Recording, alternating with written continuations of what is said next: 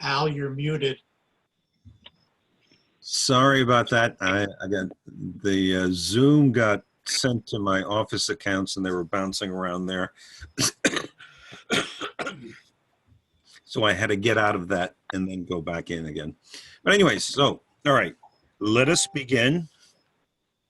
The first application is, hang on, let me get my agenda out.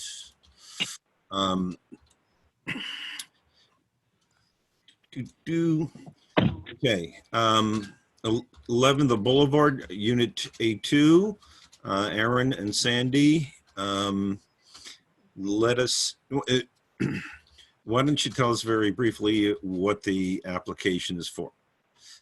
And you're on mute right now. Okay. Hi.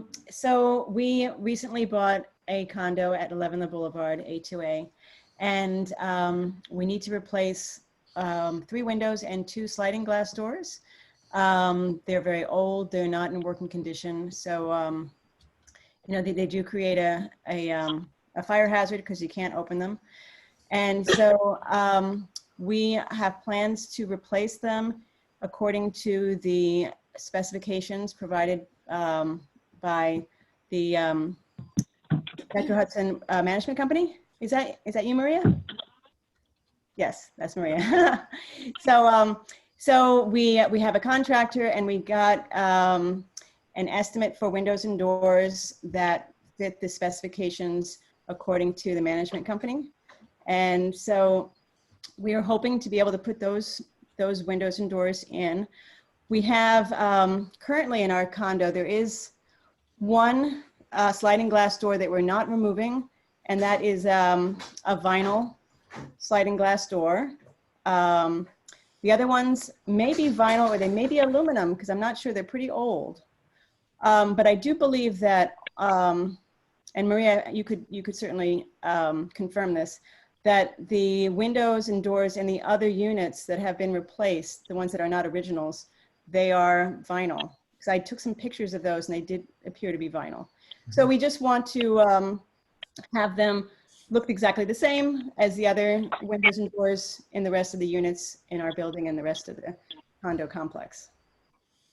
Okay, thank you. So do I have a seeker determination? I move that it is a type 2 action under seeker. It's a minor modification to a residential building. Do I have a second? I'll second that. All in favor say aye. Aye. And Andrea? Aye. Okay. All right. So seeker determination has been voted on and accepted.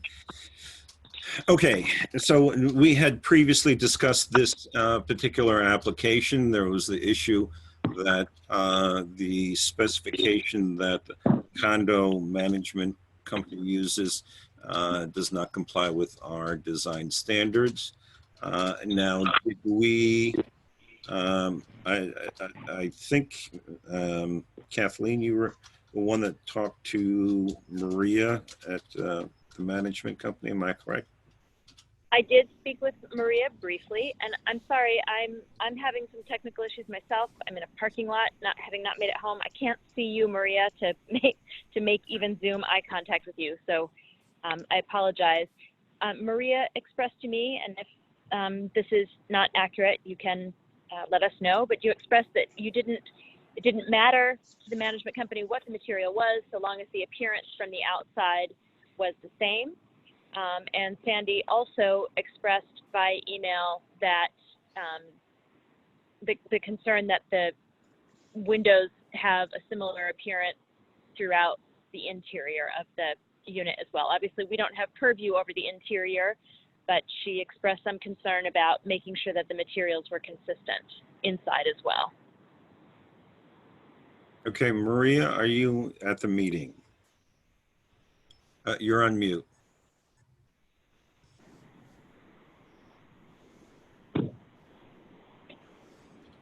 I'm right here. Okay.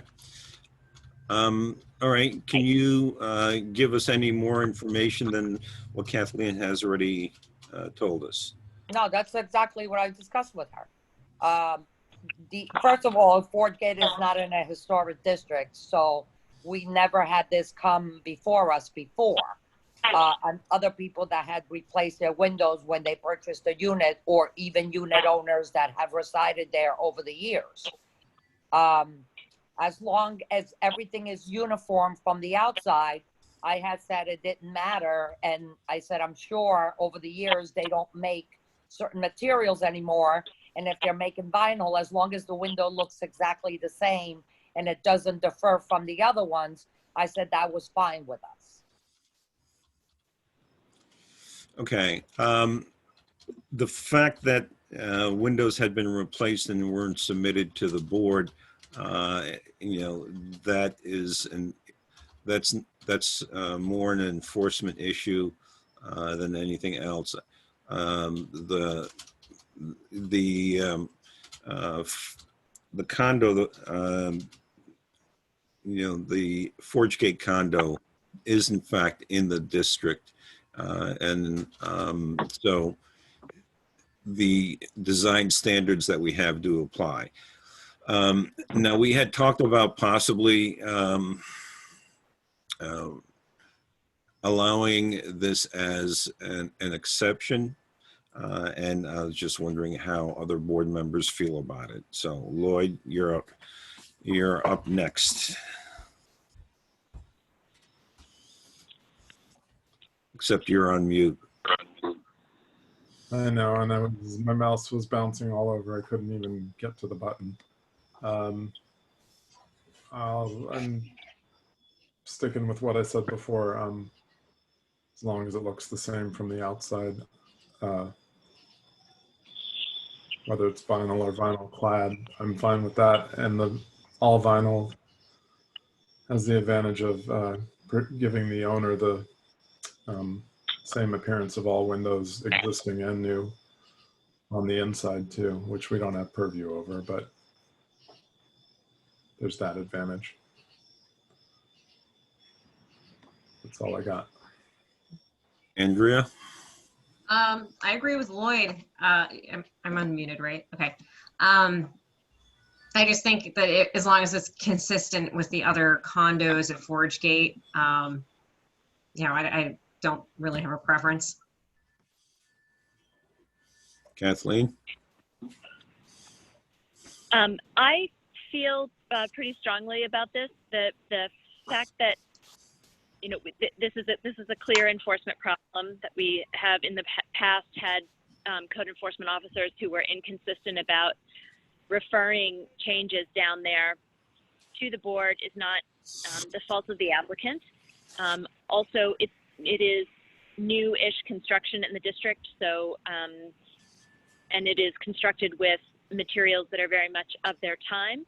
I don't believe that the resolution of the question of referrals and materials should be solved or attempted to be solved with this application. The current property owners have sort of inherited a condition. I have walked around the site. I see that nearly all of the windows are vinyl or vinyl clad. And I think that what's been selected by the applicant is consistent. And given all of these circumstances and the point they raise about consistency on the interior, I would be in support of approving this application this evening, making sure that as we paper the decision through the minutes and through the certificate of appropriateness, we make clear statements of why we are allowing the installation of a material that is not allowable under the design standards. And then as we go forward with our design standards update, I think it makes sense for us to sort of stick our heads around the idea of a particular set of design standards that apply to Forge Gate and meet and acknowledge both the existing conditions and the construction conditions of this part of the district. Okay, so the sense that I get from the other board members is that we're willing to allow this as an exception to what our standards call for, because the Forge Gate condominium is To be on is for the first two, recent and then and a non-contributing part of the district. So do I have a motion to approve this application as submitted? I make a motion to approve this application as submitted. second. Okay, before we vote on it, I would assume that what we're talking about is that we're going to allow this exception for any application for replacement windows at Forge Gate. No, that is not what I was thinking. I was thinking that we are approving only this application, and then to avoid this difficulty in the future, we address this from a design standards approach with a set of standards that meets the needs of this portion of the district. The motion that I am seconding only addresses this particular application. And I believe that's what Andrea moved, yes? Yes. Okay, I guess the question I have is that, are we, I what think a makes blanket this- approval is a bad idea anywhere in the district. Well, but let me ask a question. I mean, how do you differentiate this application from any other application from Forge Gate? I think that we are very clear I'm sorry, I'm in a parking lot. I'm sorry about the mufflers. I think we're very clear in our findings of fact in the minutes and in our documentation in the C of A that this approval applies only to this application. I can't think of any other circumstance and any other application where we would say, and this approval applies to any other similar application that might come through going forward for anywhere in the district. We're not We've talking never about, do that. we're not talking about any similar. We're talking about from a condo that has been built with units that are identical to each other. Correct, but this application is not the place to solve the design standards for the condo. That resolution comes via the design standards, not via a single application. Okay, that's a good point. All right, let's deal with this application, but I think it's something that we need to discuss because I think that if we are saying that this is one unique application from Forge Gate, I think is a little unrealistic. All right, so we've had an application, rather a motion to approve this application as submitted. I'll start with you, Lloyd. How do you vote? Lloyd? Did we second it? He No. seconded. It's already been seconded. Okay, yeah, I'll vote for it. Aye. Andrea, Aye. Kathleen, Aye. and I vote aye. All right, it's approved. All done. We'll try to get this out to you. Looks like the file is small enough. We will should be able to email it to you. All Great, right. thank you very much. So Would to I be make able to it say clear, one Go small ahead. thing? I just want to show my appreciation to the building inspector that's new in town because we're here because of her adherence to the code and paying attention. And I think that's a really positive thing. And so I would definitely encourage you to update the code so she can continue to follow the code and refer other people not to you, but to streamline that, because I think you have somebody very good working for the village there who's who will follow your recommendations. So I appreciate that and thank you all for your help here. Thank you. All right. Thank Thank you. you. Aaron and Sandy, Have a good before night. you go, are you still there? Yep, yep. Still there, Aaron? So what happens next is that Al processes the certificate of appropriateness and sends it to Charlotte, the code enforcement officer. And then once she has that, she issues the building permit, and then you can get your work started. That usually happens by Monday following the meeting. that all of great. the material gets to Charlotte. That's great. We'll wait to hear from her. And then I think ForgeGate has to approve as well by seeing the building permit. So Yeah, the one thing, Maria, that just want to alert you to is the fact that the issue as far as whether or not any other applicant or any other person wants to replace windows at ForgeGate. Well, first of all, just as a matter of policy, any changes to the exterior of the condo units must be submitted to the Historic District Review Board. I mean, Okay, I will make a note of that. And what we'll do is we'll be in touch. We'll try to sort this out amongst ourselves as far as the window types based on the decision that we reached today. But in the Okay. meantime, I'll let anyone know that if it has to do with a slide or a window, they need to submit it to you for approval. Yep. Yes. Okay? Okay. Thank you. Thank you, Okay. Maria. All right. Thank you. Thank Have a you. good night. Bye-bye. Thanks for your time, Maria. Thank you. Bye-bye. Good Okay. luck. Good night. All right.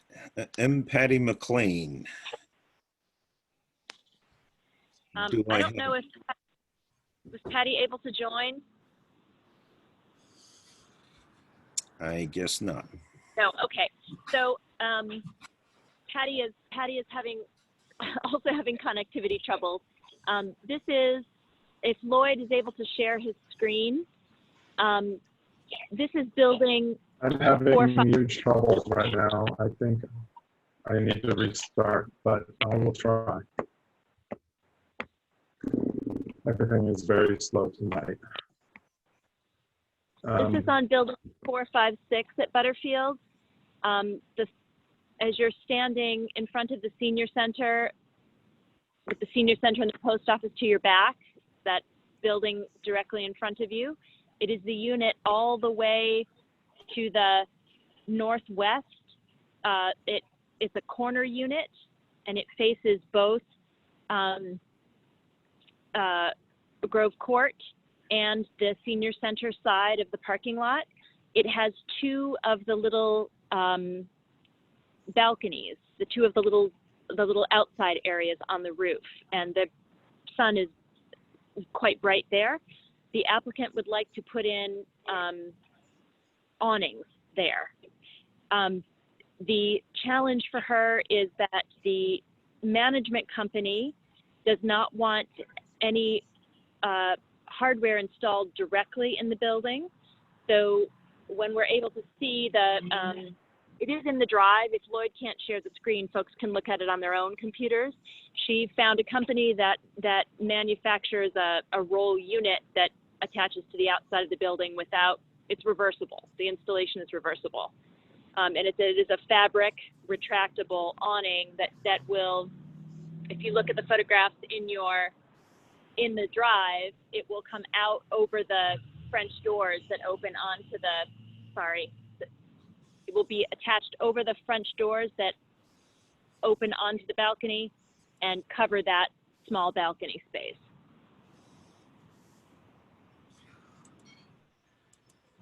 Okay. Let me ask if the other members of the board have had a chance to look at this. Andrea, have you seen? I looked at the materials in the Google Drive. That's it.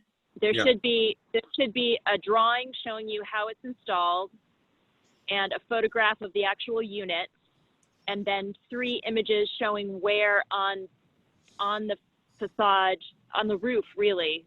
It's one of the notched outside areas on the roof. It has exceedingly limited visibility from the public right-of-way, and actually on the same floor, on the 3rd floor at the other end, down toward the post office, there is the person in that unit has installed a table with an umbrella. So you get a sort of a sense of what a large cloth object on those balconies would look like. This one, however, would obviously be attached on a roller. Okay, I'm going to try. I have the Google Drive open, so let me see if I can share that with everybody. I think Michael has to okay you sharing, I think. Yeah, Michael? Oh, I guess, since you're the chair. You're just too nice to me, Michael. What can I tell? You should be able to do it now, Al. Okay. Kathleen, in the meantime, just in the interest of the minutes, you said that I'm sorry, was it the management company or a condo association didn't allow the applicant to attach hardware to the condo, the exterior of the condo? So there is a letter from in the file. There is a letter from the management company. I'm sorry, I misidentified it as Unicorn in the email, but it is not Unicorn. It is a company called McGrath Management. Okay. And So it's a property manager.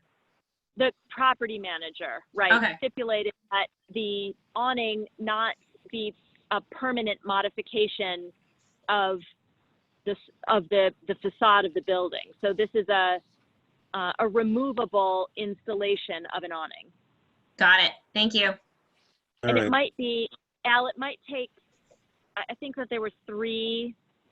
Yeah, Oh, no, it's in, yeah, there were other documents in the it should be part of the set.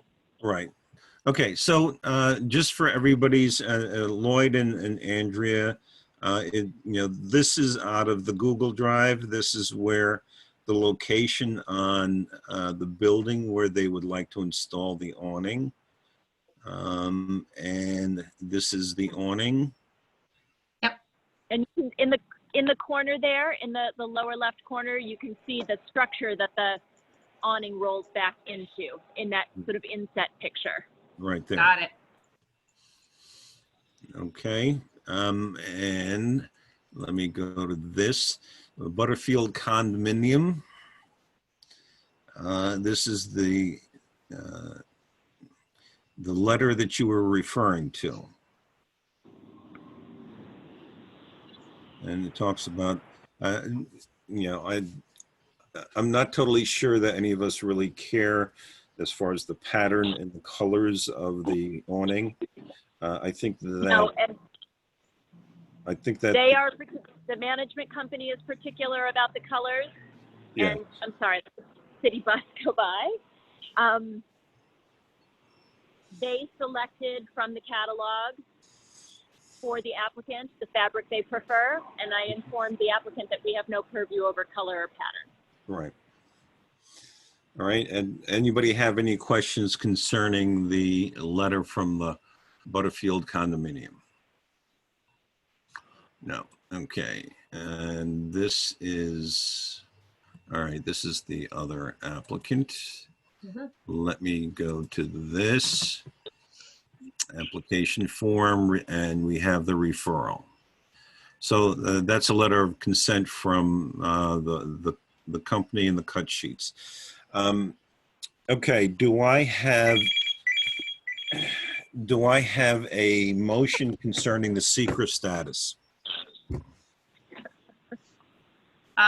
I would classify it type 2 because it's a minor modification to a residential building.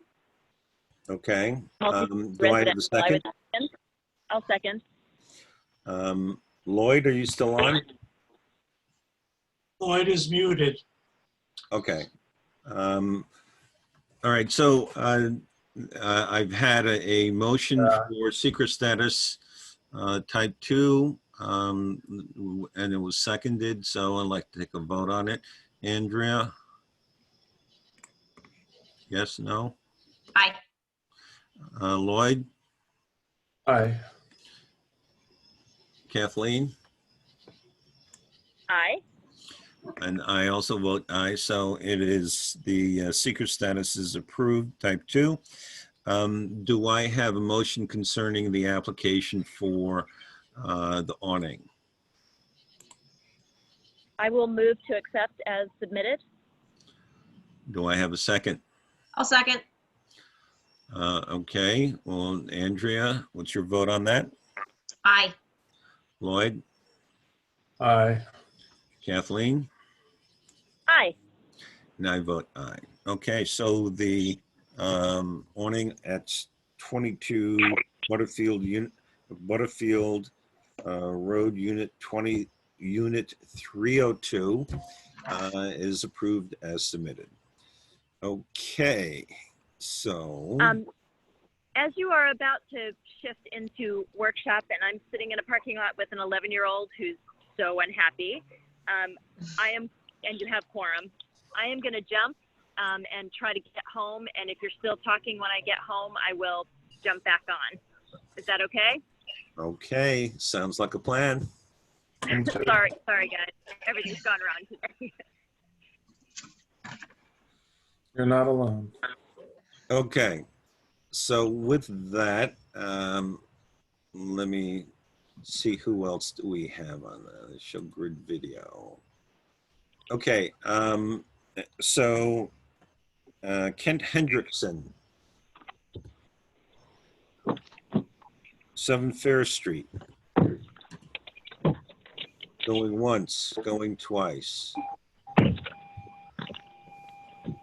Okay. All right, I'm still. I hear a station wagon. all right. I guess, Eric, why don't you unmute and tell us how we can help you? Hi, Hey, everybody. I'm Katie. This is Eric. Hi, Nice to Katie. meet you. Yeah, thank you for having us.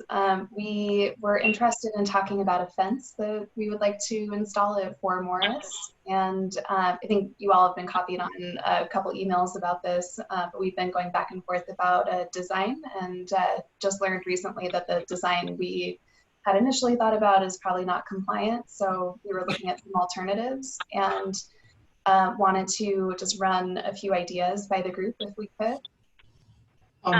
Excuse me, can I interrupt before we start? What property is this? Yeah, sorry, this is 4 Morris Avenue. Yeah, Right thank next you. door to Whistling Willies. in the library. And I'm still here for a moment. It's Kathleen. Eric and Katie, hi, nice to meet you. Hi. I had invited them to come on tonight and listen so they'd see how a workshop would go, but we don't have our other workshop participants. So they are not officially on the agenda, but if you all want to have a conversation with them as a sort of a workshop, that'd be great. Got it. Okay. Eric and Katie, why don't you tell us about what you would like for us to look at? Yeah, sure. So we have a sort of irredeemable white picket fence right now, and so we can't repair it. We have to replace it, keeping the same footprint. And because we abut Whistling Willies, one side was going to be a privacy fence, and so we wanted a design that was going to look kind of normal as a privacy and a smaller fence, so it looked consistent. So we landed on a couple without realizing that there is a whole process, and so of our ignorance on doing all this. And we landed on like a dog ear design that I think we already sent you over email. But now we understand that that's not quite what's going to work because of the specifications.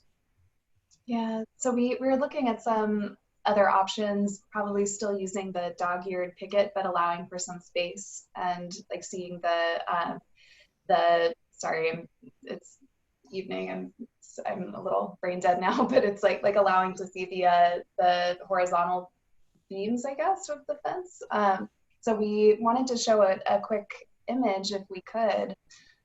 We could share our screen and show you a picture that we were thinking about, and would love to hear. Let me see if I can get Michael to shift to you. Oh, What do great. I need to do in order to You need to, stop share? I'm going to stop you, Al, even though I love you to death. Well, thank you, Michael. And now, Eric and Heidi, you should be able to share. Just press the magic share button at the bottom of your Zoom screen. There's a thing, screen share with a green arrow. Yeah, let me just get the right tab. There's no pressure. Take your time. We're all new to this. Thank you, I appreciate it. Oh, there we go. There we go. Okay, cool. All right, so we're giving it a go. Okay. Here we go. So here it is, panel. So this would be able to, be both I think 6 feet is the what we were asking for the privacy side, but then be able to drop it down to 4 feet for the area around the library and around the back in the front across the driveway.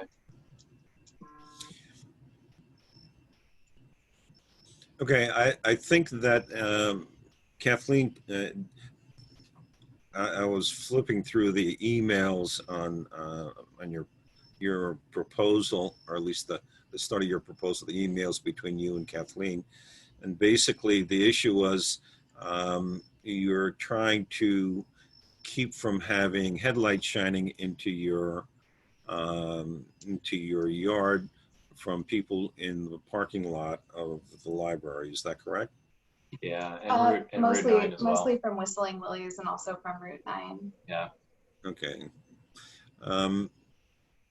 I guess this is a question to the board members, because our standards usually call for the fence to, for essentially a picket fence or something which is more opaque. The issue as far as whether it's 4 foot or 6 foot is a zoning board issue. Okay. So we won't touch that, but certainly one of the things that we wind up dealing with is whether or not it essentially is an opaque fence like this, or one which is more open. And I'll tell you, in the past, we have resisted these kinds of fences because the idea is to provide a fence, but not close it off so that we have a whole bunch of yards which are enclosed with, essentially privacy fences. But there have been some exceptions to it, and it sounds like the reason that you want the fence would be one of the exceptions that we would consider. So with that, and the other thing is that typically what we look for is essentially a fence which is run from post to post. You've submitted us an image of a panel, but it really doesn't address whether or not what kind of what the post looks like that the panel is connected to. Oh, I see. So with that, I'll toss it open, or I'll toss it over to Andrea. Let her give you her thoughts on the fence. Oh, thanks. I'm ready with thoughts. I think, so if this is a panel fence, we have requested in the past, we've set precedent in the past for a separate post. So it needs to be attached to, it can't be a continuous run of panel fences. You will have to establish posts for this panel to attach to, in my opinion. And maybe my board members will disagree, I don't know. But Al, to your point, I think we proved something similar down on, is it Market Street? Abutting the railroad. I'm forgetting the address. It's Modern, the compound? It's the house. It's Well, the house. actually, no. I think, Andrea, you're talking about the property which is right next to the bridge that crosses over the tracks. Am I correct? Yeah, it's almost across the street from you. Mm-hmm. Yeah. The blue Did one. we approve something similar there? Yeah, I thought we did. And essentially, issue there was that you're talking about a property which was right up against the platform. And Yeah. so, you had a whole bunch of people walking by and so on. Okay. And then the other one, 33 Market Street, there was an issue of, a different type of fence. It was different from this, but You're essentially, talking about the Krupp property? Yeah. Yeah. That was horizontal in right. nature. Oh. And I think we made them open it up a little, if I recall. Right. Yeah. The issue is that in our planning documents, they talk about especially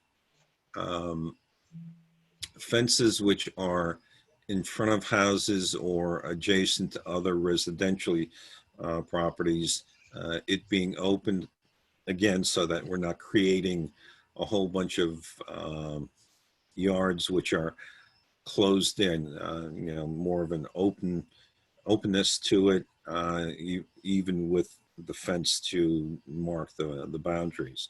But there are some exceptions that we have made.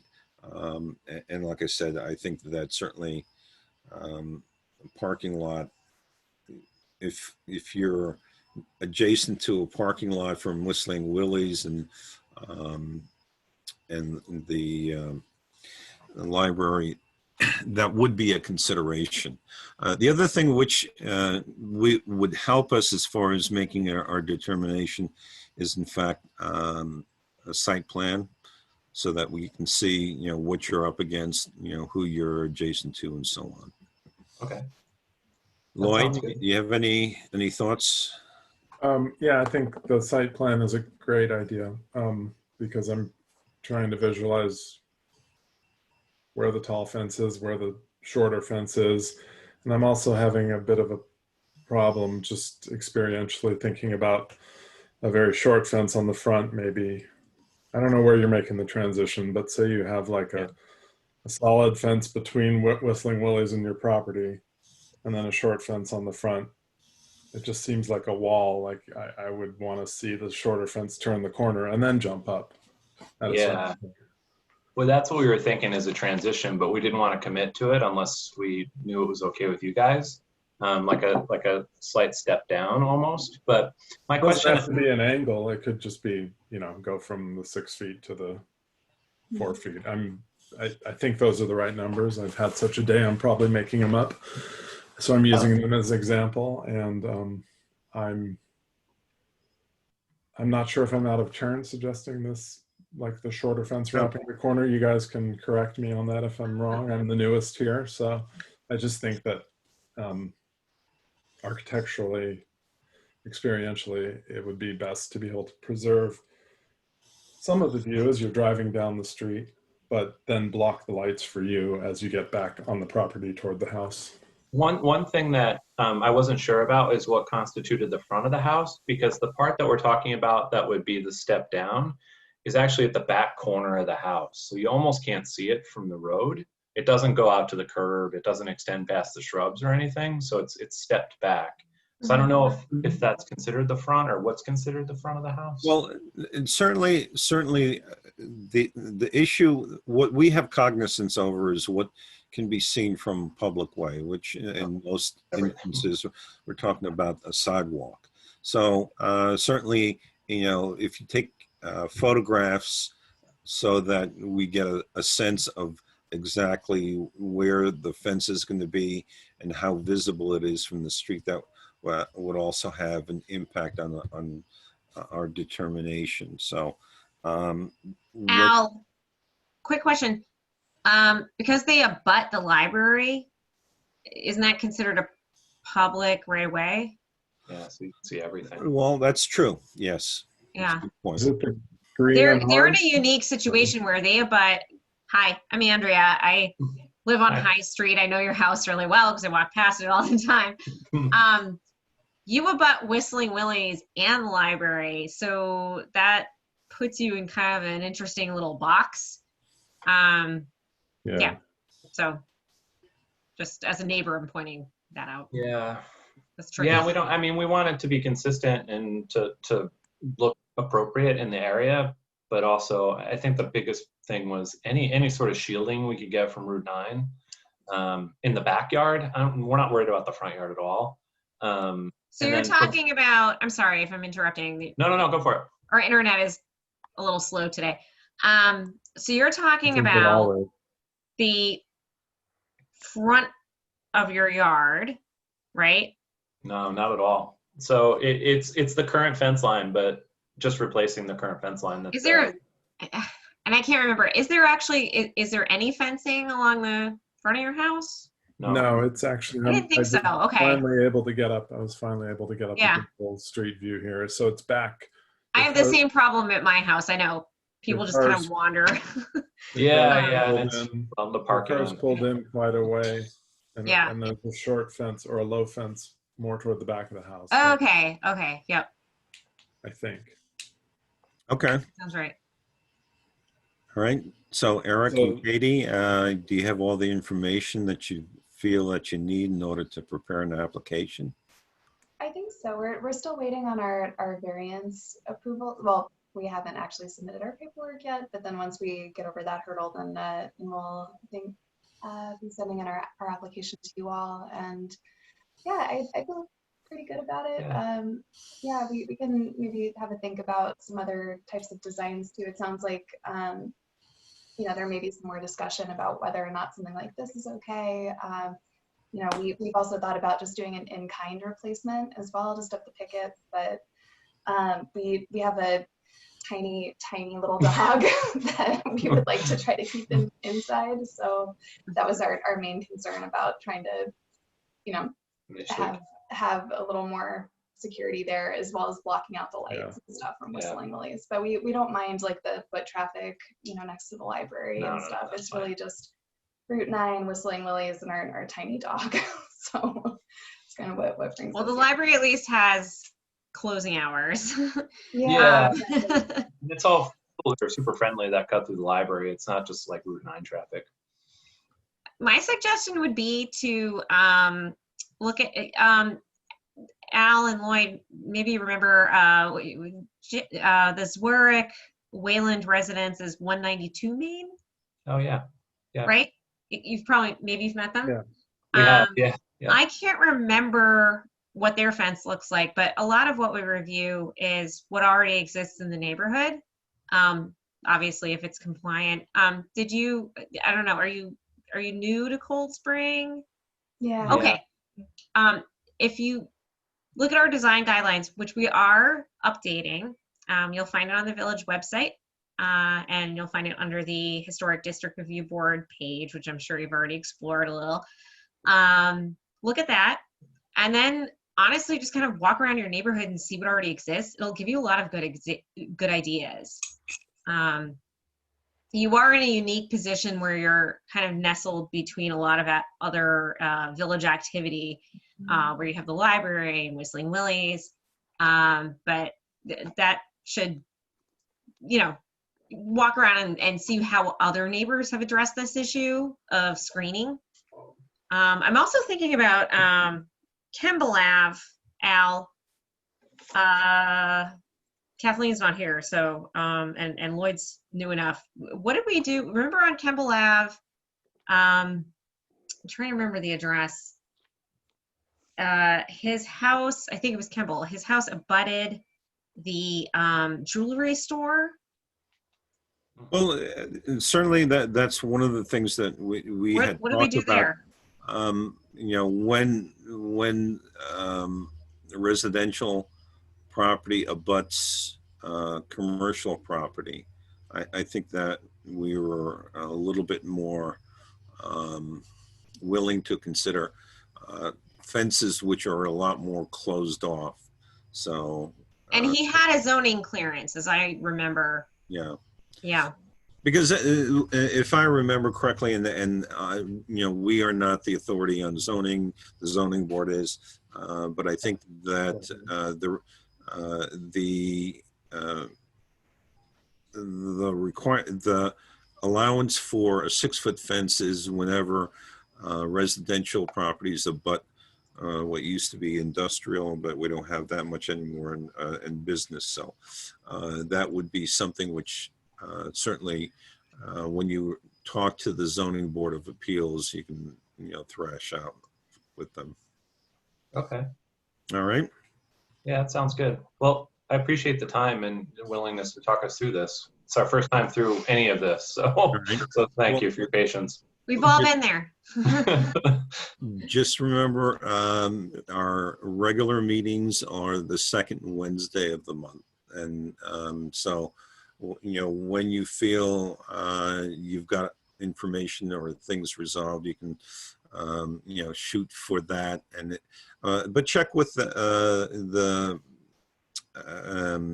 with the village clerk, because he would probably know if we're going to have, for example, this is a workshop session, which if we don't have any business, that we don't schedule the meeting. So, there may be definitely the second Wednesday. There may be other Wednesdays when we do in fact have another meeting. Okay. And we're open to talking again if you want. I feel like I confused things earlier and planted some wrong ideas because I didn't understand the property like I do now looking at the street view. So if there are more questions or you want to review it again before submitting the application, we can do that too. Oh, thank you. Okay. Appreciate that. Shouldn't take long. I don't think anybody minds, right, guys? Fences are easy. Yeah. Cool. I like- Eric, if you could release the screen. Oh yeah. Sorry about that. Al Kent is on the call now for Yeah, I- 7 Fair Street. I saw. Okay. So I guess we'll drop off. Thank you for your Yes. time. Thank you. Bye bye. Take care. Everything is going wrong here today, so I can't get my any climate control working here either. It's not the computer. Hi guys, how's everyone? Not too bad. How are you, Kent? Good, thank you. So you want to talk to us about what? I want to reinstall a porch on my house at 7 Fair Street. There was one originally there, so I'd like to put one back. Have you guys seen the proposal I've submitted, the Google SketchUp, and a similar porch that's in the neighborhood? My house has a vestibule that was built on, I'm guessing in the 1950s. So it has like this little section that sticks out with a triangle, a pointed roof, sloped roof. So I want to extend that out from the porch as seen in the neighborhood house I sent. Okay, let me see if I can do 7 Fair Street.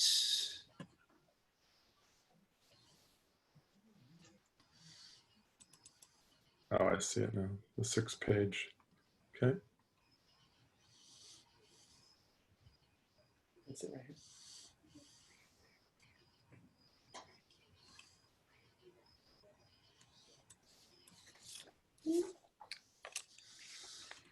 Okay.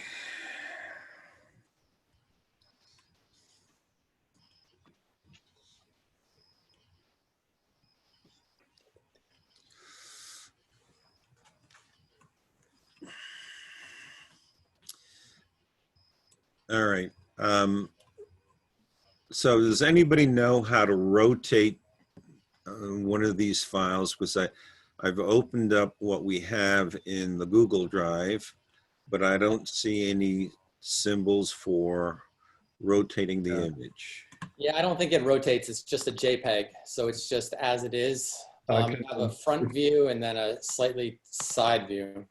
If you give me a minute, I can download it, rotate it, and put it back or something like that. But I need a couple seconds for that. All right. We'll do a song and dance while you do that, Lloyd. Oh, Lloyd. But why am I not able to download this? Why did I volunteer for this? Nothing's working today. That Right. sounds like my entire day, Lloyd. It's okay. It happens. But I think we're all suffering. The internet service here is all suffering. No, today. I really Okay, think the 3 internet dots. slowed down today. It was horrible. I've seen complaints online. Wait Yeah, a minute. Wait a minute. For some reason, well, no, that's the image. That's not, yeah. Okay, the 3 dots we'll take you to a I got download it. PDF. I got it. I just have to take it to the program that works, which is not on this computer, but on one that I can get to shortly.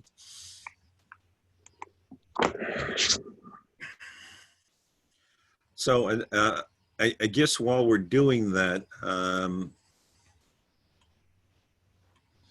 I remember seeing in some of the emails that there was some photographic evidence. Maybe we could, photo evidence. Yes, there's lines in the paint of the one of the original posts on the house. Okay.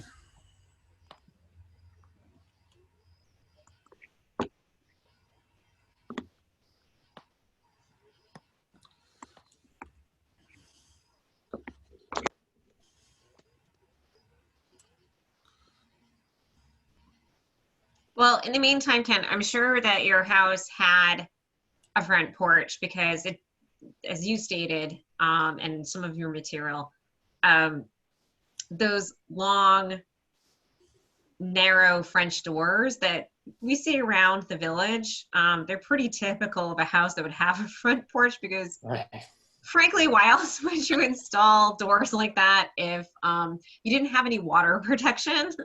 Exactly. Step Yeah, out and onto nothing, actually, right? I think Yeah. you took pictures of my neighbor's house here on High Street. Am I wrong? It's the blue house. Yes. Blue house. Yeah. Yeah. Yep. Not to sound morose, but actually, what I've learned since I've lived here for 10 years now, a lot of the houses that had those windows were former funeral homes. And I think you mentioned that was the history of your house. Is that correct? Yes. When we moved in, there So was. completely accurate. Yeah, it's not the best thing, but it's part of the history. Yeah. Yeah. So the sort of greenhouse, it kind of looks like green, with the two long windows and a little portico at the entrance with a iron gate. That's the house that's 7 Fair Street. Is that correct? That was the house when we moved into it in 2016. Yes, but with the aluminum siding on it. Okay. Okay, and what you're trying to do is what the blue house with the garage to the side, something along that lines. Yes, only because it has that portico in the front. You see how it has a similar, it has a similar, has a triangle basically in the roof because I'm trying to match that with our new porch. Can you compare that to the Google SketchUp I sent? Yeah. So it's there now. I think you should be able to open the file that says the same name and it says rotated at the end. All right, so you need to get, Michael, can you give Lloyd the power? He's got it. Okay. Where does oh. Don't tell me I did the wrong file. I guess the other question is that do you have any other documentation or photographic evidence that a porch was there? Besides the paint lines? Yeah. I do not have anything else right now, no. I mean, there's the doors that open up. There would have been a porch there. Well, I think that, I don't think that, or at least I think you have a good case for the fact that a porch should be there. But there are a whole bunch of other details which are very visible from the street and prominent, and such as what do the columns look like, what's the railing look like, things like that, which are important for the addition that you're proposing. So I think. Yeah, and Well, I think that if you can do a little bit of research with the Historical Society and maybe the public library, we can see if we can track down at least what it looks like, what the various elements look like. It's 8 o'clock. I wanted to put 5 by 5 inch posts up, and then for the railing, I wanted to do 1.5 by 3.5 inch wood across.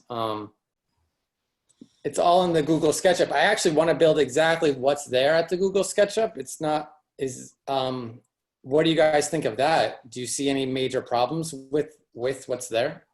So Kent, I've been through this process pretty recently. I put a big addition on my house. It's a Victorian, about the same age as yours, like every other house in the village. And having been on both sides of the table, my best advice to you is to get lots of cut sheets from manufacturers and show us exactly. I know it seems onerous, but having gone through this process through 2 houses now in Cold Spring Village, they need to see, the board needs to see exactly what you're proposing. So SketchUp is fine, but it's not gonna deliver the detail that this board is going to look for. So for example, and I don't know how handy you are, I'm sure you're pretty handy, but are you building it yourself? Yes, we are building it ourselves. Okay, okay. So that complicates things for you in terms of coming to this board, because you're not just buying stuff through a contractor. So if you are handcrafting,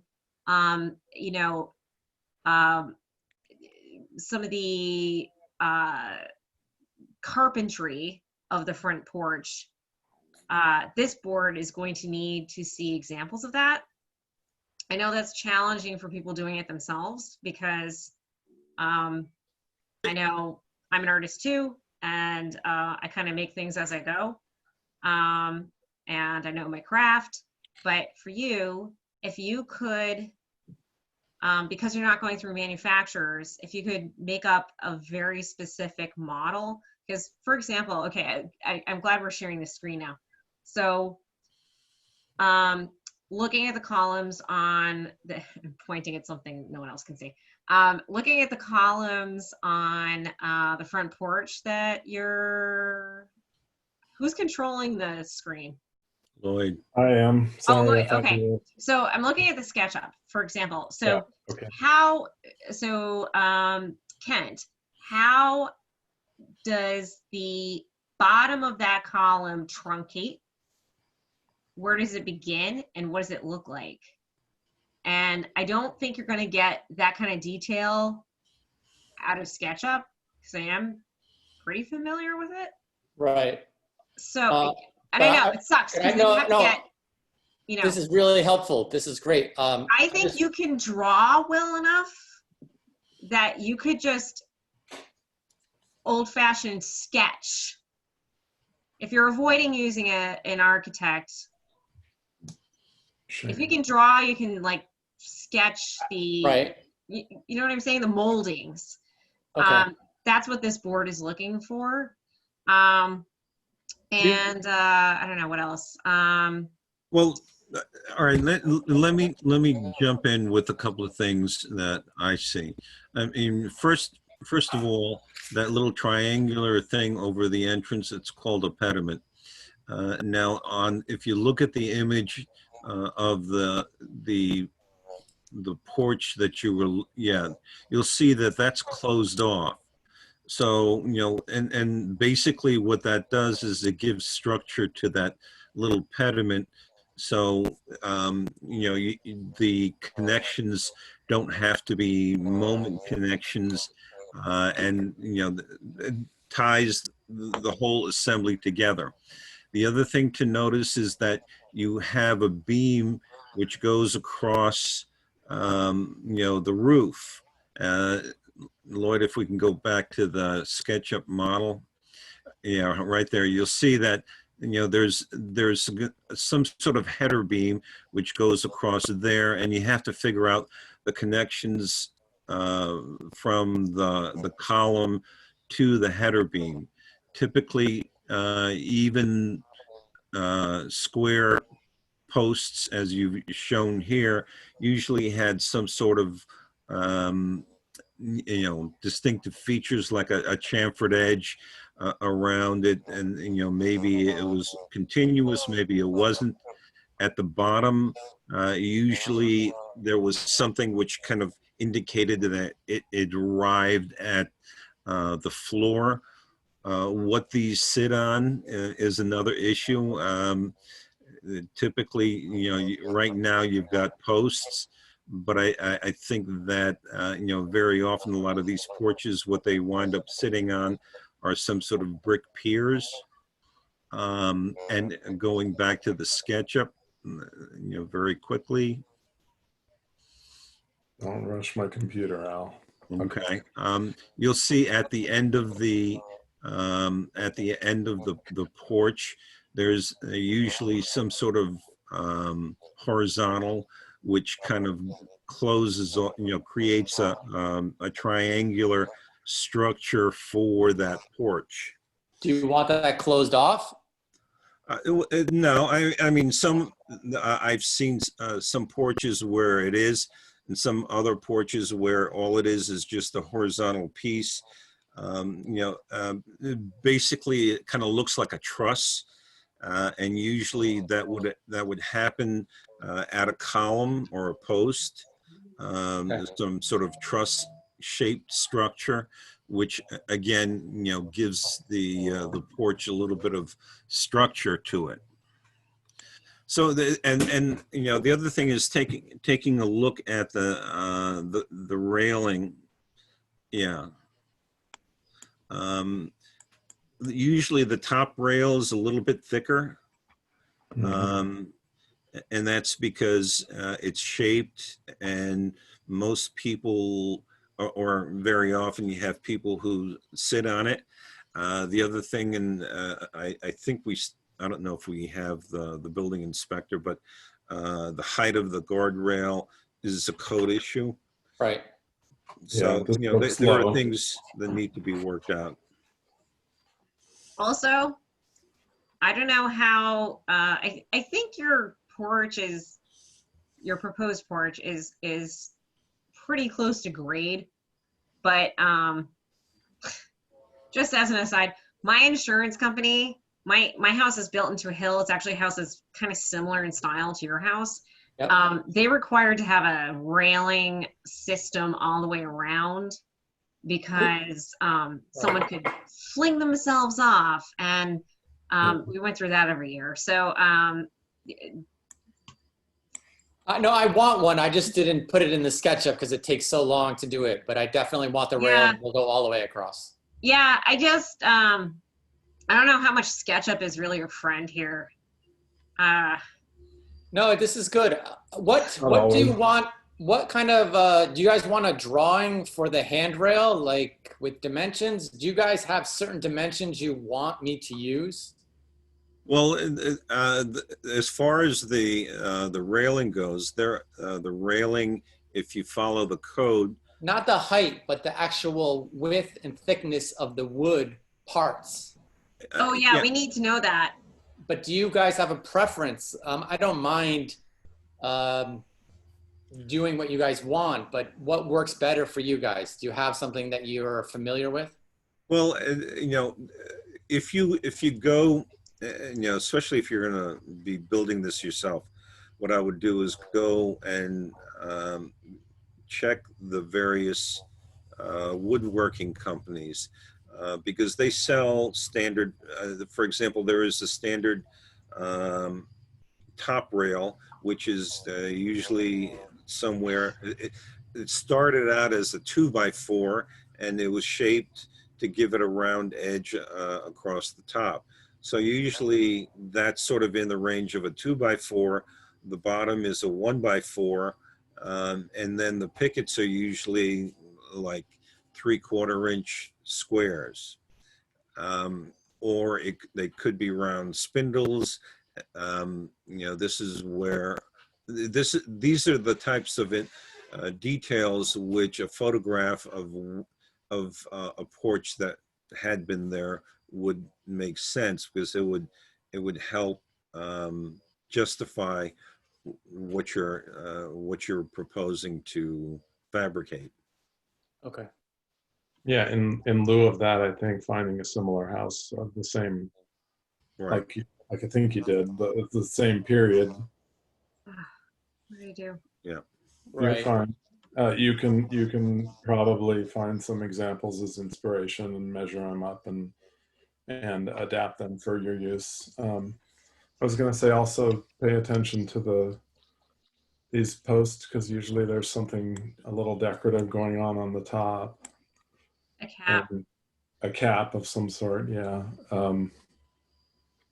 And look at how they meet the ground. I think usually this is kind of right. They go through and there's some sort of fascia that covers, yeah. But just, I would recommend looking at that. Okay. But the also, general shape of the porch consider is that- okay with you guys? Well, Because it seems like you're more concerned about the details than than anything else. but isn't that partly a lot coverage zoning issue too? well, yeah, and I mean, Lloyd raises a good point. There is a question as far as lot coverage, and how big the porch can be, and needs to stay within the lot coverage. Who decides that? Excuse me? Who decides that? Well, that's in the code. It's a zoning ordinance. It's part of the zoning. What you may want to do is maybe talk with the building inspector, because she will ultimately review what you're doing, and will then refer you to the appropriate boards. But there are a number of things, and the thing again that concerns me a little bit is the fact that this is this is out in front. I mean, this is the first thing people will see, and so I think that we would be very interested in how you arrived at some of these details, because it is such a visual. The phrase is a character defining feature of the house. Right. And so that's why I would suggest that you do a little bit of research, see if you can find something which gives you clues as to what was there originally. Can I volunteer something?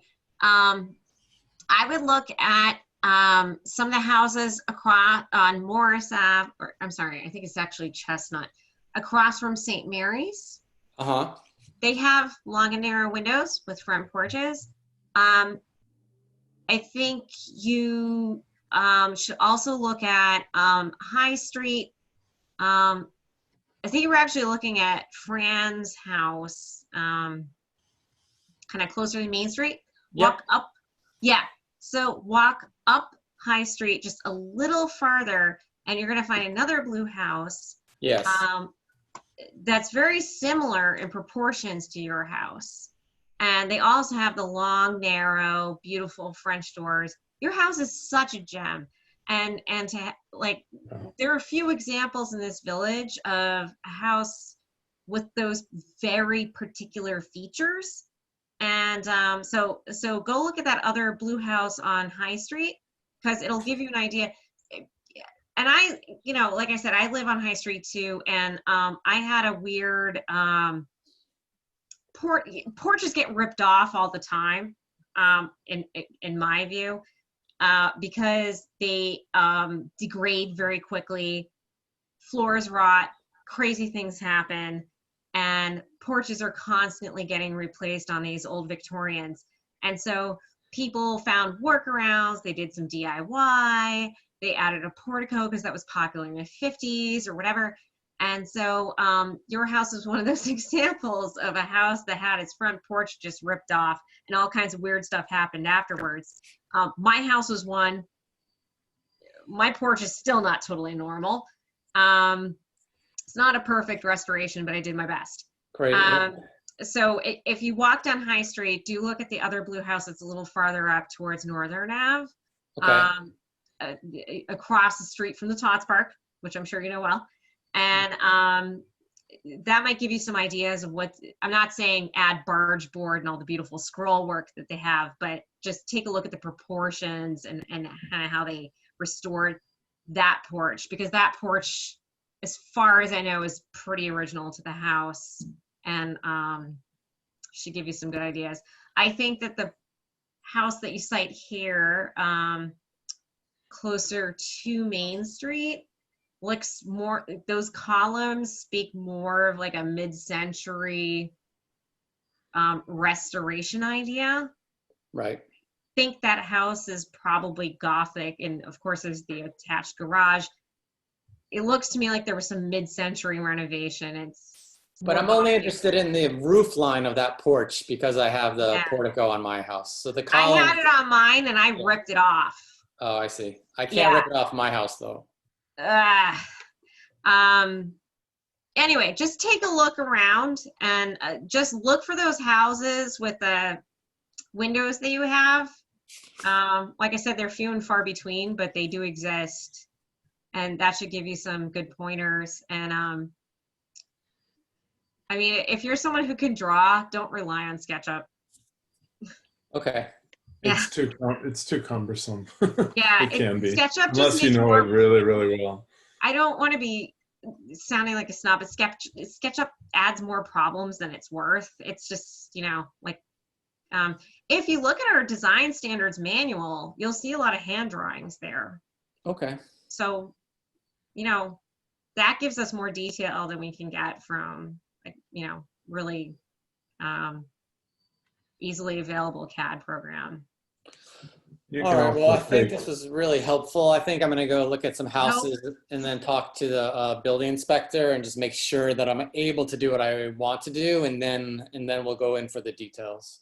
Yeah. Okay. I was going to add that you could use SketchUp as your base and then sort of sketch over a print of it. Yeah, you know, that's another. Yeah. Yep. just so proportionally it looks right, and then you're able to fill in those details like at the bottom of the post.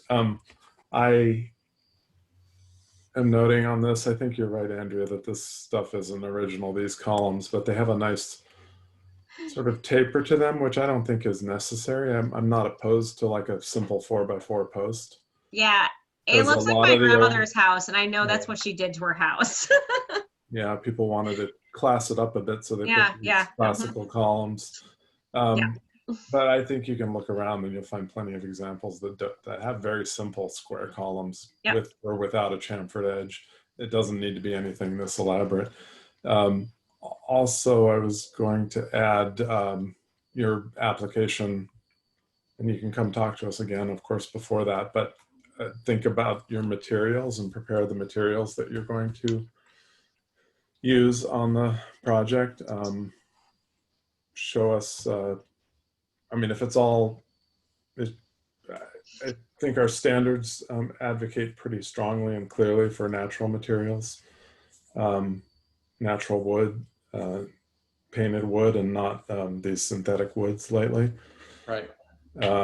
You'll have a lot easier time with that. Yep. But if there's anything particular, like, I don't know, that synthetic deck board, I'm not advocating for that. I don't love it. Oh, Trex? Trex, yeah. If you're doing something like that, you got to put all the materials together for us to see also. I was going to use Douglas fir for the decking, so yeah, it'll be painted. Good. It'll be nice. It's the way to go. Yeah, it ages nicely. It ages, that's the problem, but it ages nicely. Yeah, that's the reason why, you know, I suggest that if you can find some streetscapes or anything that gives you some sort of clue as to what the what may have been there originally. because, well, and, you know, that indicates that it looks like a square column, but it could be, you know, the back end of a round pilaster. And the thing is that your best bet would be to try and find what was there before and try to recreate that as best as you can. The one thing which I should alert you to as far as the guardrails go is typically the rails on the existing tend to be low, but you're building something new, which means you have to follow the code. Right. Which means 3 foot 6 inches is, yeah, 3 foot 6 is the height of the guardrail that you're required, which is probably taller than most of the guardrails that you see on the existing porches. So just something to, you know, like I said, ultimately you need to work with the building inspector in order to make sure that she's happy with what. Oh, that's my house. Under That's yours. construction. The Tyvek. Well, hi, Kent. I'm sorry that I had to Hi, Kathleen. bounce from the meeting for a bit. I had some technical problems. Did you talk about the Gothic revival that's almost directly across the street from the example that you gave? Andrea We did. So yeah. With But that one's been renovated, I feel like, beyond its original. I want to make sure we're talking about the same the blue house. one. Yeah. Can you hear me? It's the Am I on? Sandlands. The Sandlands house that has had modifications to it, but it has the same French doors, the Right. full length French doors, and the porch. The modifications on that house are dormers on the sides. That's a good example. And then up along Paulding Avenue, there are a number of Gothic revivals that have porches that are good examples to look to. But the problem is I have the pediment. The main thing is the pediment on my house, the portico. That's the problem with the porch because it have to be built into it. So I feel like a lot of those examples aren't going to work because those are just straight roofs for their porch. I think, Kent, what happened with your house was, and just my opinion, I think that was a DIY. Someone wanted a mudroom. And it was when it was a funeral home. Yeah, it was when it was a funeral home they added it. Yeah. I think it was a funeral home going pretty far back because the other houses that are an example of funeral homes in this town also have those long, narrow French doors. God knows why. I don't want to know the gruesome details, but it is a pattern I've seen. And I think the pediment mudroom was probably an adaptation to accommodate a family that was just living in your house. It's also like a pretty typical 1950s thing to do. So I don't think that my house had one. I ripped it off. That was just my personal choice. But my house is also Gothic in its original form. It's been torn apart 1,000 times, and it's kind of a Frankenstein. But one of the things that my house had was that weird little, it had some random pediment, just like your house. But I know from research that originally it had a straight roof. I'm not saying that's what you have to do, but I am saying go in that direction. Yeah. Yeah, walk up and down. And God, I could send you pictures of the 100,000 iterations of my own house, but walk up and down High Street. I'm also thinking, I feel like there are a few examples on Orchard. Orchard Street. Kathleen, there may be examples on your street that I'm not thinking of, but those houses with the French doors. I know there are a couple of examples on High Street. Well, there's the big Downey house, but as Kent points out, he's dealing with an existing condition, and at the end of the day, it's a design solution that you sort of need to play around with a bit. And I think I want to set an expectation that because the house has modified, no one expects that, I don't believe anyone expects that what you would put forward is a textbook example of what would have been on the house. You Right. have to work with the fabric that you have. Right. For me, the details that I think will make a difference are the specific design elements, like getting the columns right for the house, and sort of that you know, maybe a chamfered column, maybe you know, something that eases that transition from the portico into a sort of memory porch. That's what it is in a way, is a memory of what was there, and becomes, so that it can again become usable space. I don't have an answer in my head. I've been thinking about this a lot over the last, you know, since you sent these pictures in, and I don't have a vision in my head for how you would make that solution, but I suspect that with your wood crafting capability, you'll have some great ideas for it making a transition. Okay. Great. And see, I disagree with Kathleen.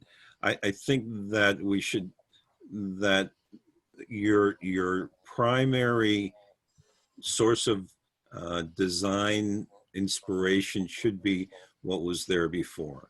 I mean, ultimately, if you can recreate what had been there before, that would be, you know, the top of the line. Well, but Al, what he's saying, I believe, and tell me if I'm misunderstanding, is that you have existing fabric which serves as a useful element of the structure, which is a breezeway, a mudroom entryway, that you don't want to lose. And it is it's part of the building story. I mean, ideally, we would all tear off, you know, the accretions our houses have accumulated and restore them to what they were, but we don't live in museum pieces. We live in houses that have Agreed. over time modified. And so he's got fabric to deal with, and to say, go back to what you had isn't possible. Yeah, I You want can to be keep inspired by it. I want to don't think it's impossible. Structure. That's why I sent that house on High Street, because it has a similar roof line. That's what I just want to incorporate it. Right. Can I say one thing? I don't think Kathleen, part of the conversation that you missed was we were talking about how Kent needs to, you know, he is an artist, he can work with wood, he needs to incorporate, you know, just more detail into his drawings. Proposal, yeah. Yeah, so we know exactly what we're dealing with. So we've covered that. And then, you know, I told him to look at, you know, my street. So Ken has a, you know, like a built out, I think, kind of mudroom thing that's already existing. And my house had a fake mudroom thing that I tore off, some just ridiculous pediment. And he has some good examples to look at on a few streets in town where they have those long, narrow French door, you know, windows. I don't know what to call them. There are many right there on First So he's not working from, he doesn't have a ton of material to look at. It is, you know, and I think you agree with that. The other thing is, he doesn't, our history museum and the resources that would be available to Kent aren't very helpful. Well, regardless, there's the fact of what would have been and what is, and this is a structure that is continuing to evolve for a family that lives in it now. And so I think design inspiration is a great idea, but I'm a little worried that it was sounding as if the direction was going in a way that would said, restore the porch, take off your front. And that's not where the applicant is saying, I have this, I want to keep it. Said that. He has no front. He has no, there's like the mudroom, it sticks off. Right, exactly. Without the porch, that's what it is. Yeah. I'm sorry, Al, I guess I misunderstood. I thought you were advocating for him to restore the porch. Well, it would be nice. I mean, to restore the porches is something which... right, in an ideal world. Well, let me finish. Restoring the porch would be something which, to me, would be the best, as far as the historic fabric that we're dealing with. And the thing is that if you don't start there, and you just walk up and down the street, you're essentially just sort of guessing at what had been there before. I mean, wouldn't it be nice if we had some idea as far as what this porch looked like, and Ken can then work with what he's got and come up with something that works for him and something which harkens back to what had been there before. Sure, if he can find images, but I think we've been in this position before with houses around the village where we might not have an exact image that shows us exactly what was there.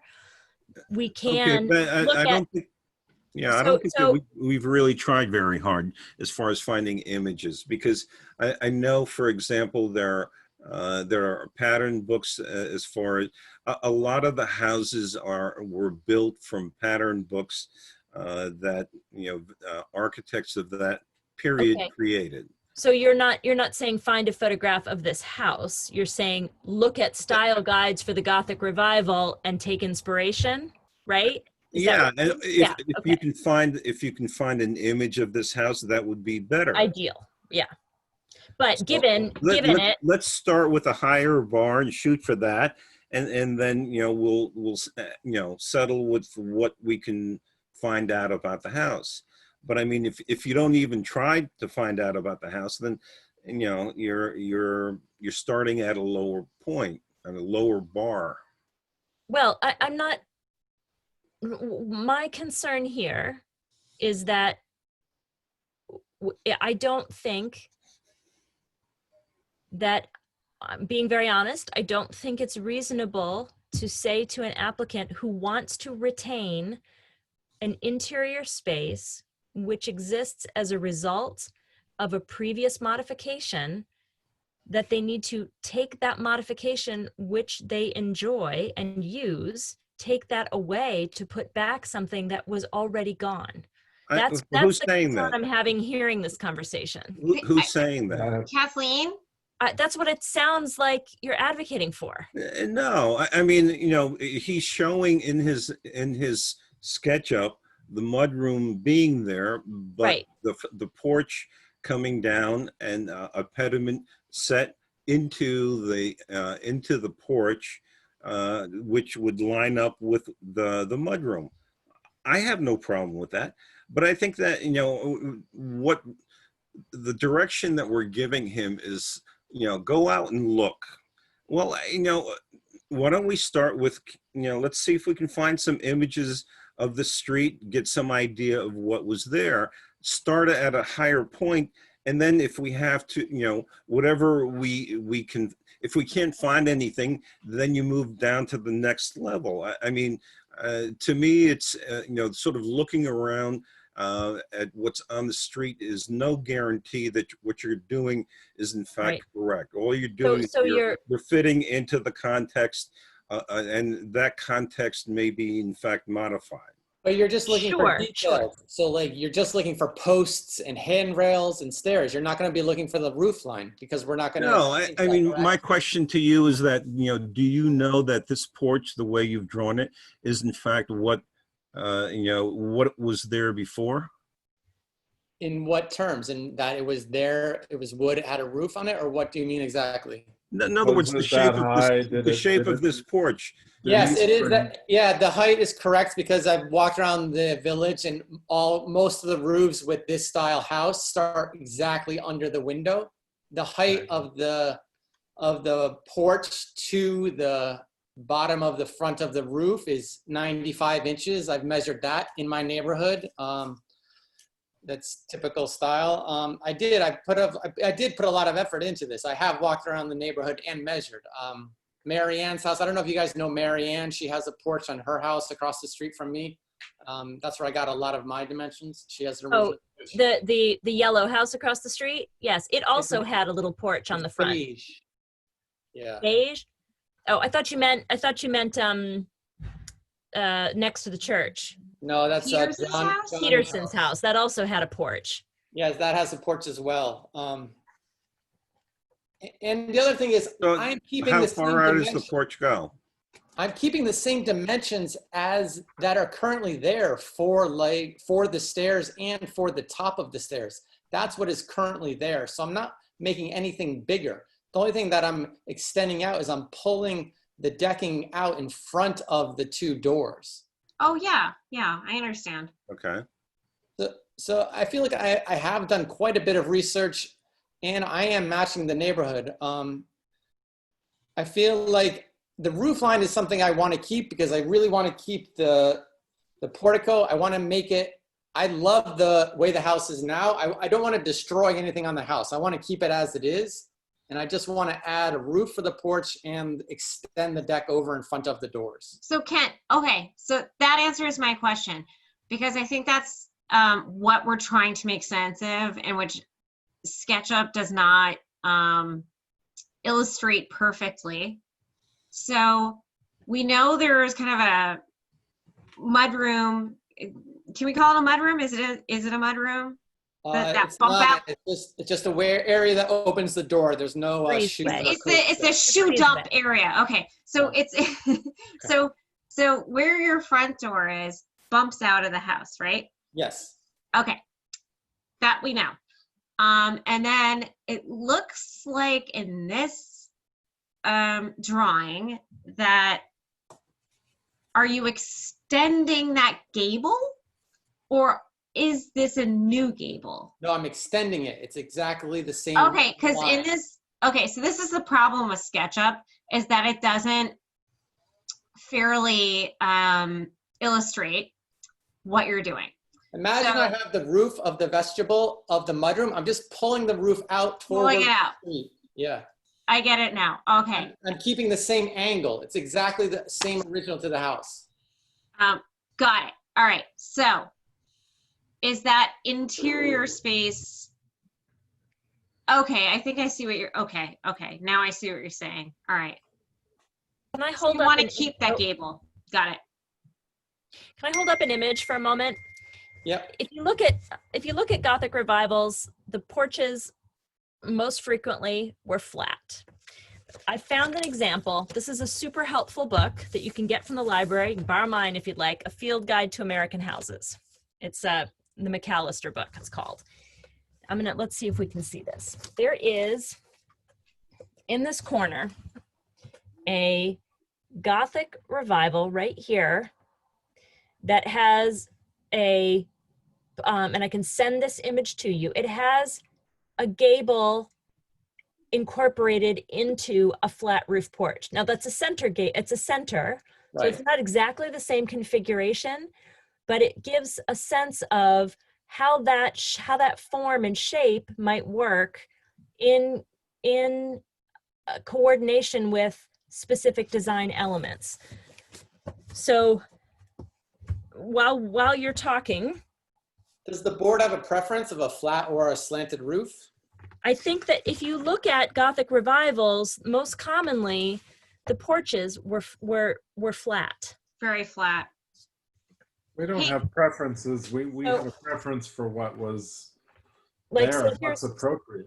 What's appropriate to, it's not about our personal preference, it's what's appropriate to the style. So so a flat is more appropriate, you're saying? Yes. On my house, which was again it had to be built within years of your house.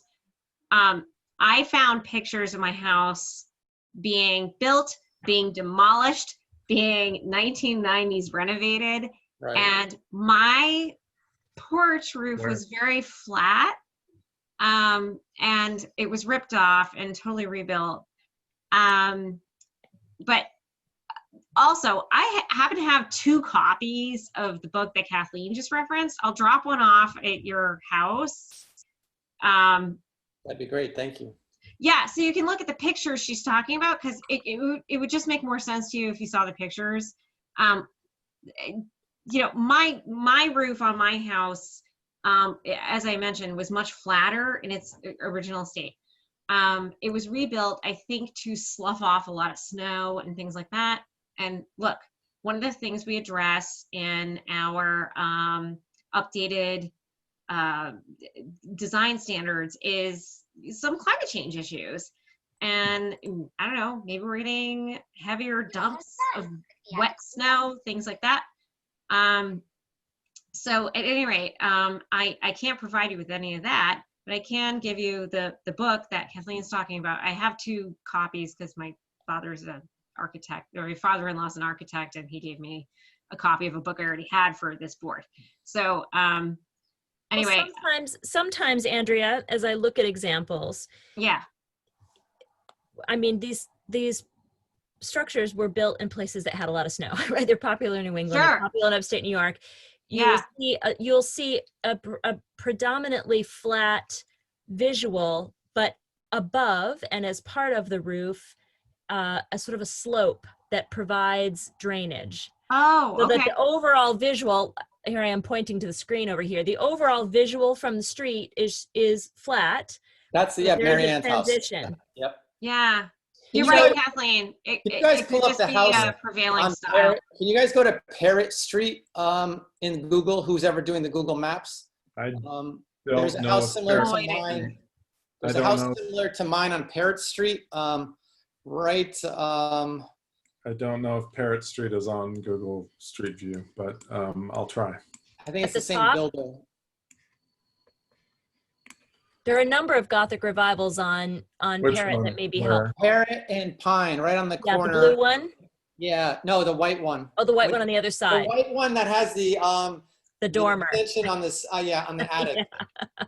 It's the same builder, I think. At the corner where It's diagonally across from Clinton. Yeah, exactly. It's got a shed dormer on the side, which we would never say yes to today. I know. it's, Sorry, everyone. I'm gonna check out for a minute because I am borrowing my daughter's bedroom for this meeting, and she needs to go to bed now. So I'll be back in 5 minutes. Okay. All right, thank you so much. Yes. 1 minute. Yeah, there's no street view of this one, so I know the house you mean. Can't remember Well, every That detail of roof it. is slanted. That roof the is thing- slanted, and I would prefer to do the same style as that. The thing that you have to keep in mind is that the pitch, if you get too flat, you can't use shingles. You're going to have to go to a system that is more watertight, because a shingle needs at least a pitch of 3-on-12, and a lot of these the roofs on porches were in fact tin. Right. So Or lead. well, yeah, I mean lead maybe some of the higher class, but typically from Let's what not I've do seen, that. most of The these problem with houses the porch on Parrot Street is it has the sides of the porch go down. I don't know what you call that feature, instead of it coming straight out.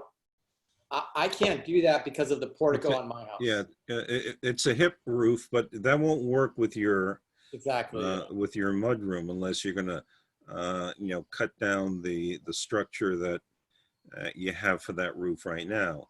I mean, as it is That's also- for what you had drawn, you could probably do that because you can incorporate the mudroom structure as part of the the framing for the porch.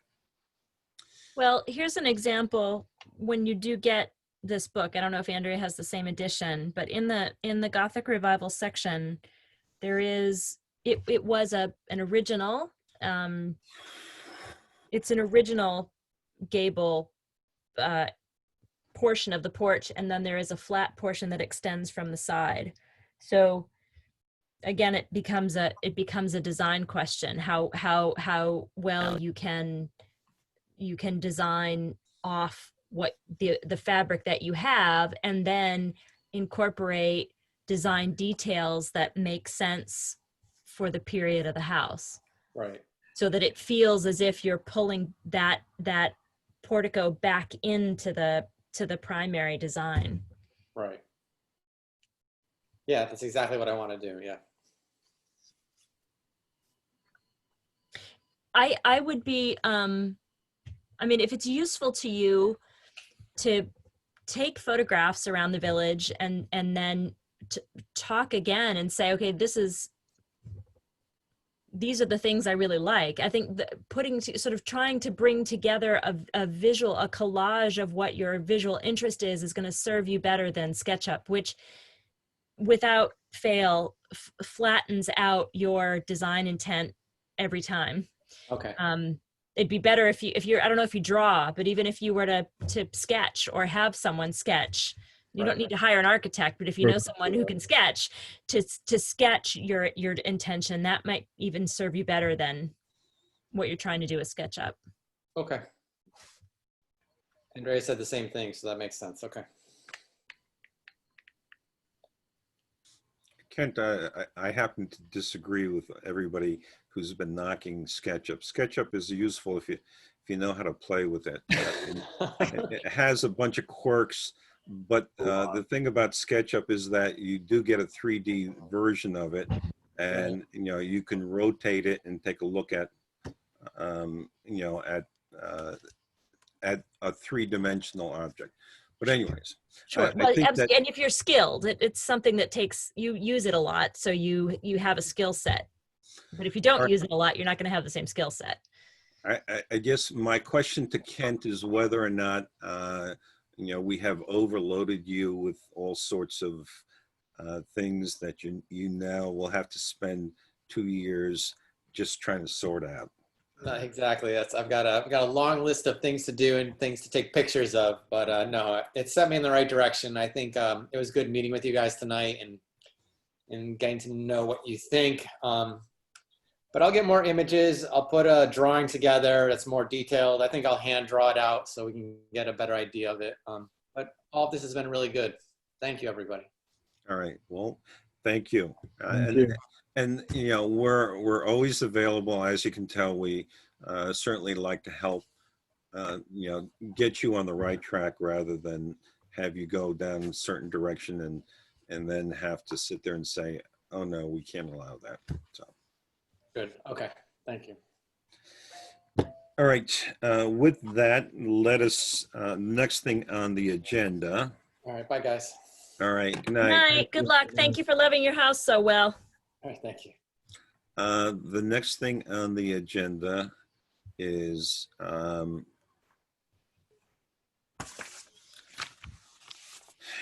let's talk about the issue that came up with Charlotte concerning the application that we had for replacing the siding, which ultimately was not the applicant. 217 Main. Huh? 217 Main. Yeah, he ultimately withdrew the application because otherwise it would have been rejected. So the question becomes, how do we notify the building inspector so that she knows how to deal with the application? And what my suggestion is that I've been using a document called a building notice for changes of existing approvals. And I could probably use that for applications that were either withdrawn or, for example, Kent with his application, there wasn't an application, so she doesn't need to deal with it because she hasn't written up a referral. Yeah, for Kent, yes, there is an application and a referral. It's in the folder. Okay, so then I guess the application is that, rather the results of this is that the application is pending further research on the part of the applicant.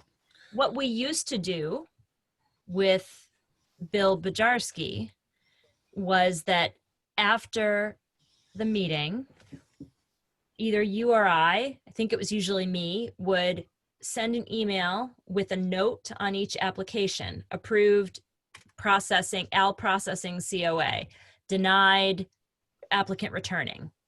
So that he had a short form, a short summary of the meeting so he could work from that if anybody had questions for him. All right, so then basically what I can do is I can take the agenda and just put a note on it as far as the resolution of it. If that works for her. Okay. Because now that Sean has set up the agendas with the vote across the bottom, that's a really easy thing to just scan and send off to her. Right. Okay, so that's what I'll do in order to address these issues with Charlotte. Now, how about minutes? I sent a bunch of changes to Andrea today on the 722 and the 729. Sorry, I had to unmute myself. Sorry, Kathleen. Hi. Another room. Moving around the house. I think I left something upstairs. The minutes. Oh God. Hold on.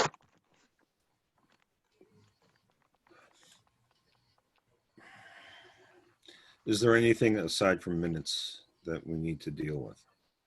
Okay, so today's minutes, basically our last meeting I was trying to pin down, I think it was 8/26. No. That's the public hearing, 8/26. We haven't Yeah, reviewed that yet. Right. So that was a big batch of comments that honestly is just very time consuming, and I really had to work in, as I said in my email, a ton of detail. And I have to make sure that I'm quoting all of you correctly, because in that set of minutes, if you've looked at it yet, the 8/26 minutes, we're all quoted. But I had to make a lot of corrections from my point of view, my notes. So, Michael plugged in what he had, but I kind of had a stronger grasp of what exactly I think. Is everybody cutting out or just? No, I just, I'm looking to see, I don't recall getting 8/26. Today I read 7, 22 and 29. Okay, I sent out a batch of minutes that I'd sent out the last time. And Kathleen sent me a bunch of edits today. Oh, I see the 8/26 now. Yeah. So 8/26 is really important because yes, that's the public hearing. Really important because we're going to have 2 more houses that we need to discuss on this Butterfield site. And if I'm not mistaken, I think we're going to be dealing with the same architect on one of those houses. So I just wanted to be very clear about what we discussed. It's really detailed, and honestly, no one outside of this board membership could really understand what needs to be in those minutes. So Andrea, I think that some of the edits that I made today on previous workshops for that same application will be helpful. Fine. So I don't know what would be easiest for you. I'm happy to look at 8/26 if that's the most useful thing. So okay, so for tonight, Al is desperate. Yeah, let's hold off on this. I mean, 8/26 I understand, but how about 7/8, 7/22, 7/29, which were sent out, and I sent comments. Kathleen sent comments. Lloyd, did you have any comments on those minutes? It's okay, Lloyd, if you don't, because you don't have a ton of experience beyond, this summer. Okay, but the thing is that, when can we vote on these 3 sets of minutes? I'm ready to vote on them tonight if Andrea is okay with the changes suggested. Yes. So, okay. So I was trying desperately to jam in Kathleen's changes, which are always good.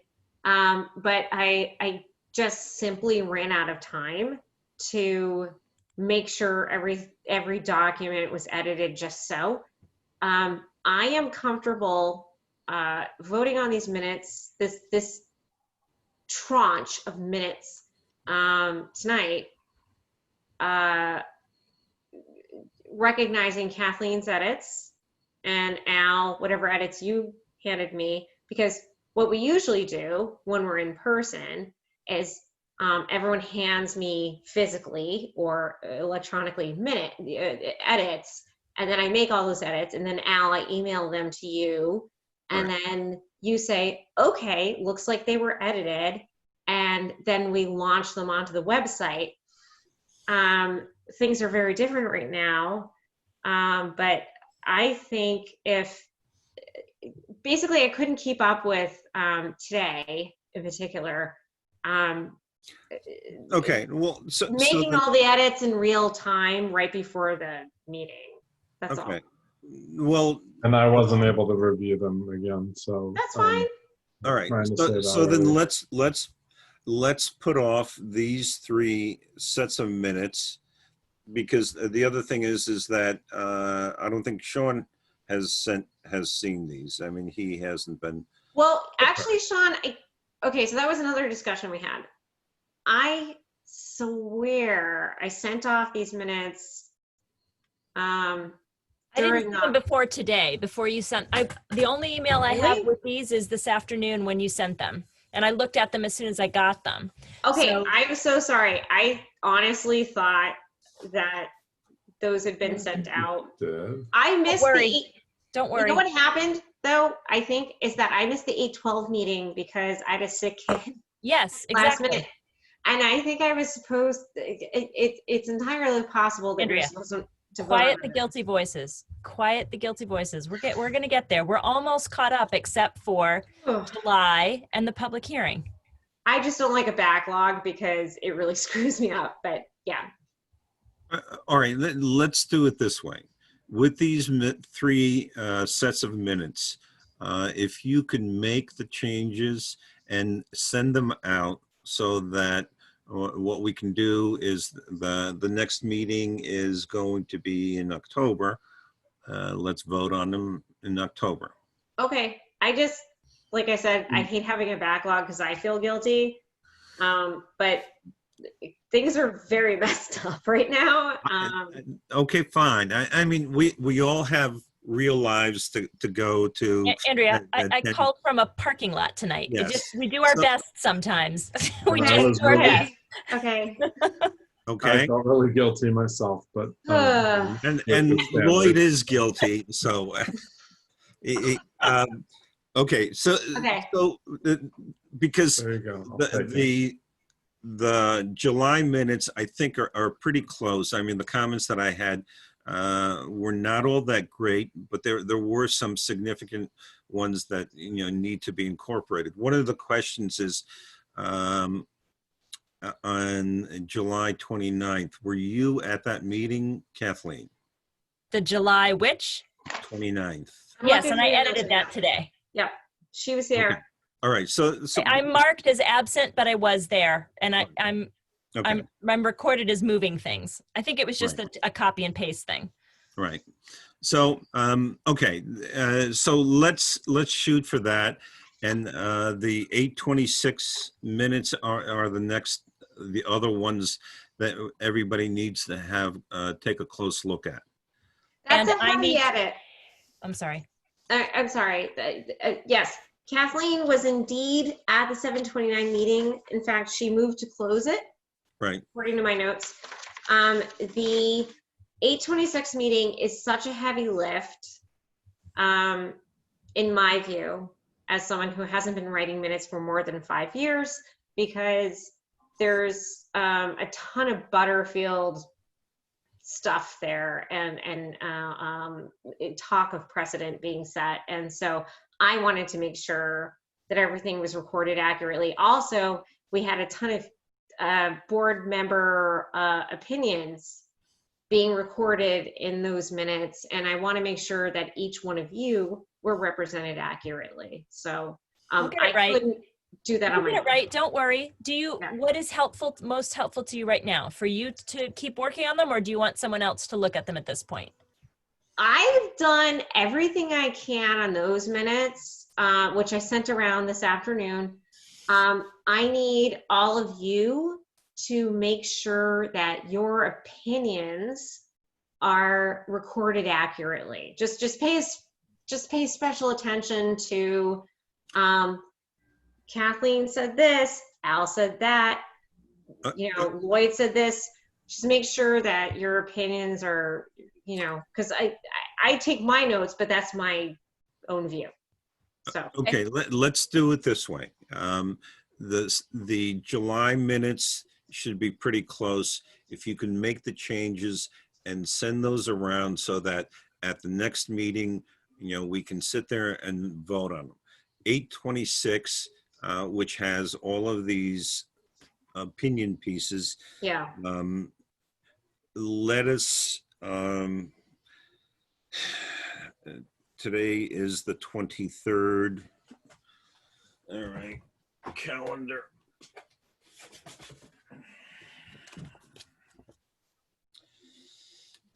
Okay, let us make a commitment to have reviewed those and have any comments back to Andrea by the 7th, which would be the week before the next meeting.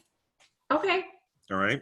Because then I can bring those edits into the document. It's a little different from working in real life, honestly, obviously, where, we throw papers around at each other at the, table in the village never hall.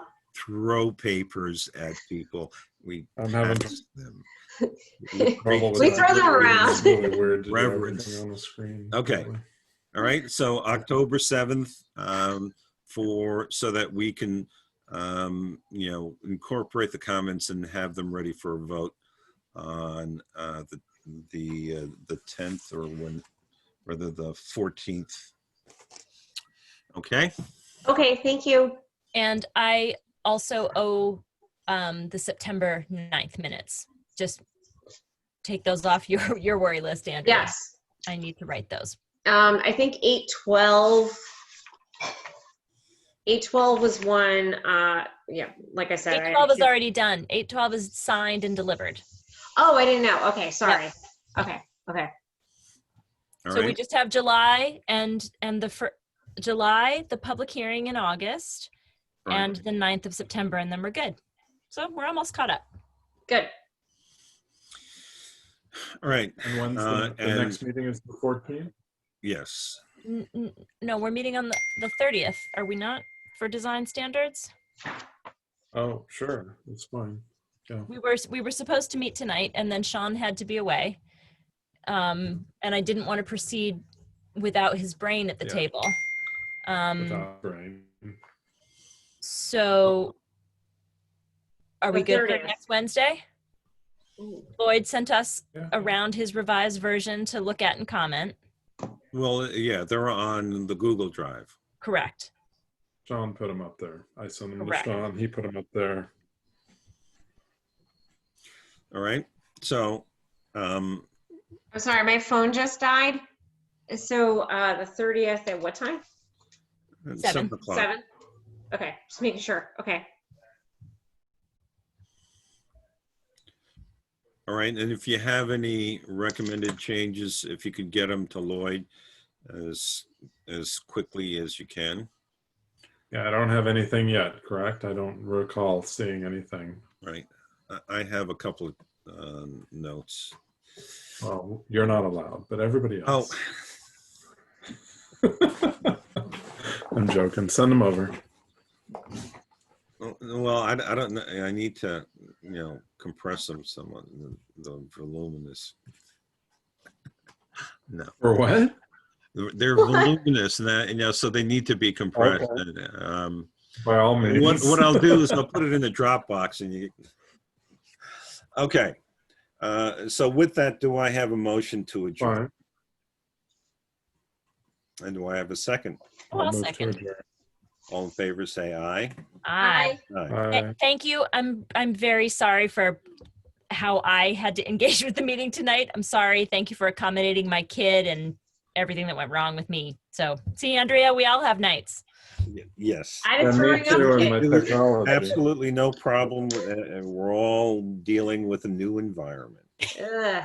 right? All right. We have Good night, Zoom, the Michael. Lowe's parking lot. Okay, bye.